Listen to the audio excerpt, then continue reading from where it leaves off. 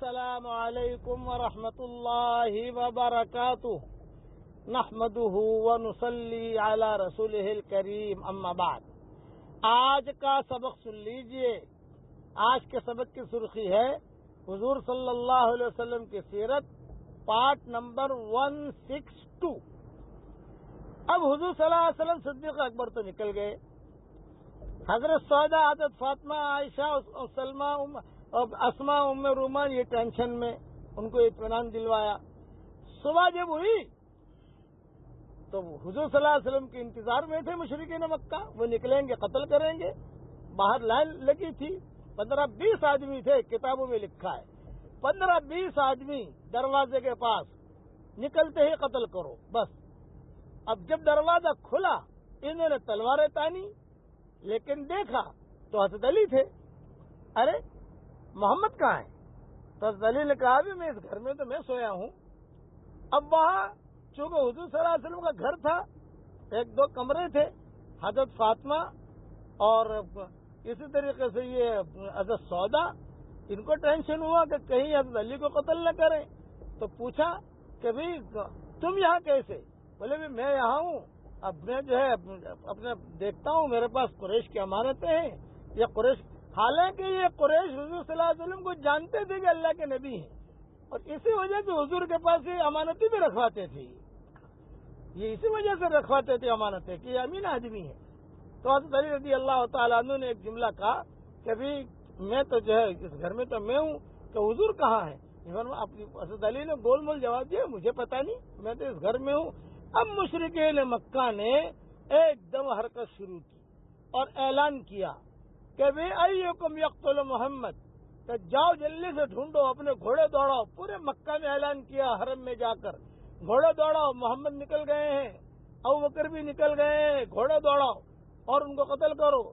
جو بھی قتل کرے گا حضور صلی اللہ علیہ وسلم کو، اس کو 100 اونٹنیاں ملیں گی۔ 100 اونٹنی کا مطلب 100 BMW۔ 100 اونٹنی کی قیمت اس وقت میں جو 100 BMW کی بھی قیمت ہے، وہ قیمت تھی۔ یہ مشرکین مکہ نے اعلان کیا۔ اب جب مشرکین مکہ نے اعلان کیا تو اس زمانے میں سب سے بڑے ڈاکو جو تھے بریدہ اسلمی تھے۔ یہ حضور کو 70 آدمیوں کو لے کر ڈھونڈنے کے لیے نکلے۔ حضور ملے تو صحیح، لیکن آخر میں ملے، اس لیے کہ حضور نے تو الگ راستہ پکڑ لیا تھا حضور صلی اللہ علیہ وسلم نے۔ وہ دوسرے ڈاکو تھے سراقہ ابن مالک، یہ بھی ڈھونڈنے کے لیے نکلے حضور کو۔ 100 اونٹنیوں کی گرمی تھی ان لوگوں کو، سب کو، کہ 100 اونٹنیوں کی گرمی تھی کہ 100 اونٹنیاں ملے گی۔ مکہ والوں نے اعلان کر دیا کہ صرف محمد کو قتل کرو، اس کا سر لاؤ، 100 اونٹنیاں لے لو۔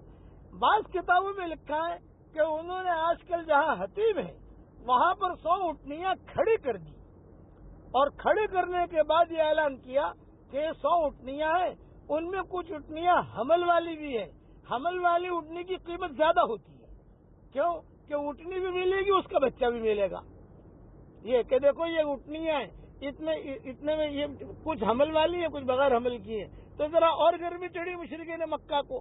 چنانچہ پورے مشرکین مکہ جو ہے وہ حرکت میں آ گئے کہ کسی طریقے سے بھی ان کو قتل کرو۔ اب مکہ مکرمہ سے جب روانہ ہوئے تو حضور صلی اللہ علیہ وسلم نے صدیق اکبر سے کہا پہلے تو ہمیں کسی جگہ چھپ جانا ہے،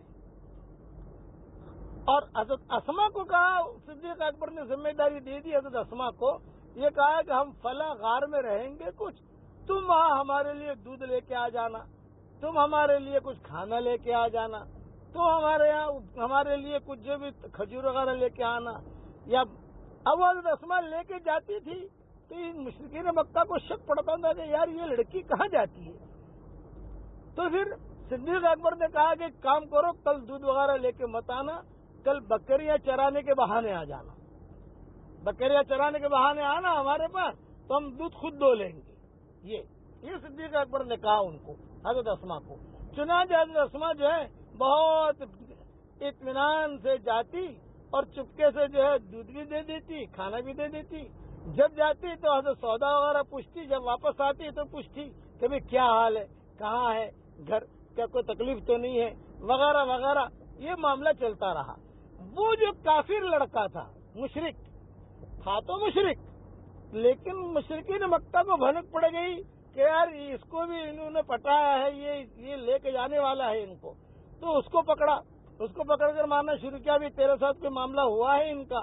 اس نے کہا بھی میرے ساتھ کوئی معاملہ نہیں ہوا، امانت دار تھا، اس نے بتایا نہیں کہ میں اس طریقے سے لے کے جا رہا ہوں، تو اس نے کچھ نہیں بتایا۔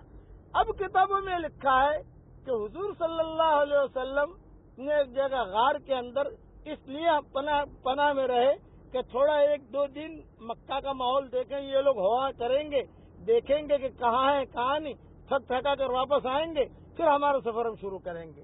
اب راستے میں بہت قصے ہوئے، سانپ کا قصہ ہوا، غار کا قصہ ہوا، معبد کا قصہ ہوا، جناتوں کے قصے راستے میں ہوئے، 2 ڈاکوؤں کے قصے ہوئے، اسی طریقے سے سراقہ بن مالک کا قصہ ہوا، بریدہ اسلمی کا قصہ ہوا، سراقہ بن مالک کی بکریاں تھیں اس کا قصہ ہوا۔